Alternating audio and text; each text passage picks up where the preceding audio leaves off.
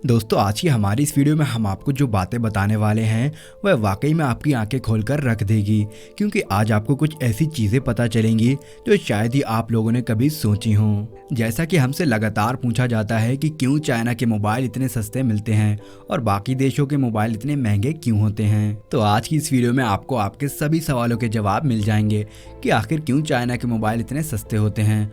और इसके अलावा भी चाइना मोबाइल फ़ोन से रिलेटेड कई सारी बातें जो आपको इस वीडियो में पता चलने वाली हैं। वीडियो में आगे बढ़ने से पहले अगर आप ब्राइट ज्ञान चैनल पर नए हैं तो इस चैनल को सब्सक्राइब करके नोटिफिकेशन बेल को जरूर ऑन कर लें। Xiaomi, Realme, Oppo, Vivo इसके साथ ही कई सारी और भी नामी ग्रामी कंपनियां मार्केट में मौजूद हैं, जिनके मोबाइल फोन्स मार्केट पर कब्जा करके बैठे हैं। और सबसे ज्यादा तो कब्जा तो अकेले Xiaomi ने ही कर रखा है, जहां दुनिया भर में सबसे ज़्यादा बिकने वाले फ़ोन यही हैं। ऐसे में दोस्तों ये फ़ोन ना सिर्फ आपको सस्ते मिलते हैं बल्कि अपने नाम में अपने से दुगने दाम वाले मोबाइल फ़ोन्स को 60 टक्कर भी देते हैं। और यही वजह है कि कस्टमर इन्हें सस्ता, सुंदर और टिकाऊ समझकर खरीद लेते हैं।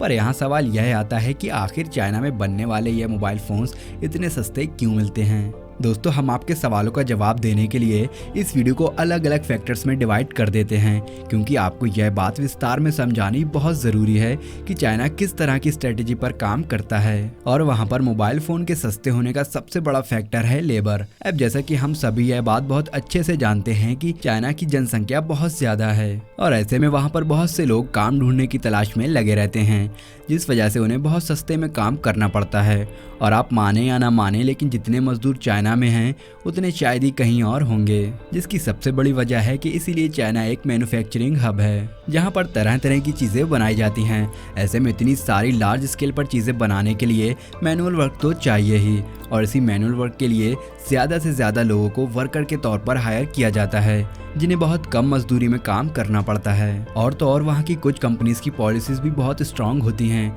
कई बार तो ऐसा होता है कि रात रात भर कंपनीज में वर्कर्स काम करते हैं।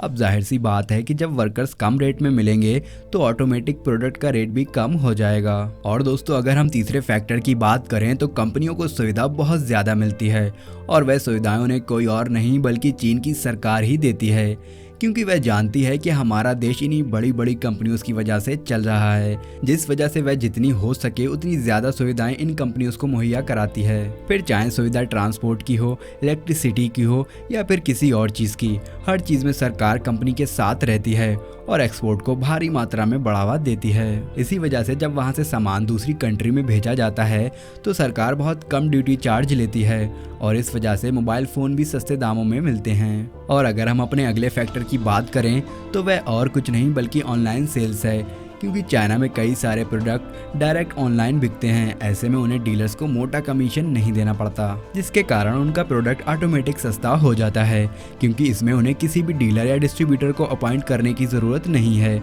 डायरेक्ट माल कस्टमर तक पहुंच जाता है। अब अगर अगले फैक्टर की बात करें तो वह है रिसर्च, क्योंकि कई सारी कंपनियां जब अपने प्रोडक्ट को मार्केट में उतारती हैं तो उससे पहले उन्हें बहुत सारी रिसर्च करनी पड़ती है, और उसी में काफ़ी सारी मेहनत और पैसा भी खर्च होता है, जिस कारण प्रोडक्ट की कीमत बढ़ जाती है। लेकिन चाइना में किसी भी तरह के प्रोडक्ट को कॉपी करने के लिए कोई भी नियम कानून नहीं बनाया गया है, जिस वजह से कोई भी कंपनी दूसरी कंपनी की कॉपी करके मार्केट में आराम से उतर जाती है और उसे ज़्यादा रिसर्च करनी नहीं पड़ती। और जाहिर सी बात है कि जहाँ जहाँ पैसा बचता है वहाँ वहाँ प्रोडक्ट की रेट गिर जाती है। अब दोस्तों हमारा नेक्स्ट फैक्टर है क्वालिटी। तो यह बात तो हम बहुत अच्छे से जानते हैं कि चाइना के जो प्रोडक्ट्स आते हैं उनकी क्वालिटी थोड़ी लो होती है, हालांकि इतनी भी लो नहीं होती कि हम उसे चला ही ना पाएं। लेकिन हाँ, बाकी देशों की कंपनी के मुकाबले वह अपनी क्वालिटी लो रखते हैं, और उसके साथ ही चाइना हर क्वालिटी का प्रोडक्ट बनाता है, जैसे हाई, मीडियम और लो। यह तो कस्टमर पर डिपेंड करता है कि उसे किस तरह के प्रोडक्ट्स खरीदने हैं। अब तक तो आपको यह पता चल गया होगा कि चाइना के प्रोडक्ट इतने सस्ते क्यों होते हैं, क्योंकि हमने उससे रिलेटेड आपको सभी फैक्टर्स बता दिए हैं। अब अगर बात करें कि इंडियन प्रोडक्ट्स इतने सस्ते क्यों नहीं होते, तो सबसे पहले तो इंडिया की कंपनियों को सरकार की तरफ से उतना सपोर्ट नहीं मिलता जितना मिलना चाहिए। हालांकि अब तो गवर्नमेंट कई सारे नए रूल्स लेकर आई है, जिस पर अगर काम किया जाए तो देश में मोबाइल और गैजेट्स मैन्युफैक्चरिंग काफ़ी ज़्यादा बढ़ सकती है। पर यह सभी सुविधाएं बस कुछ ही सालों पहले आई थीं और तब तक चाइना के सभी मोबाइल हमारी कंट्री में पूरी तरह से छा चुके थे, जिस कारण कोई इंडियन कंपनी चाह कर भी उठ नहीं पा रही थी। उसके साथ ही आप यहाँ पर किसी भी प्रोडक्ट की कॉपी नहीं कर सकते और लेबर के लिए भी कड़े कानून हमारे देश में मौजूद हैं, जिसमें अगर उन्हें चाइना की तरह रात रात भर काम कराया जाएगा तो कंपनियां बंद होने के कगार पर भी आ सकती हैं।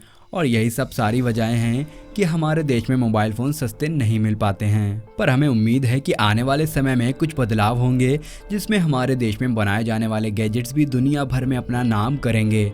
बाकी आपको इस बारे में क्या लगता है, हमें कमेंट करके ज़रूर बताइएगा। बाकी वक्त है अब आपसे विदा लेने का।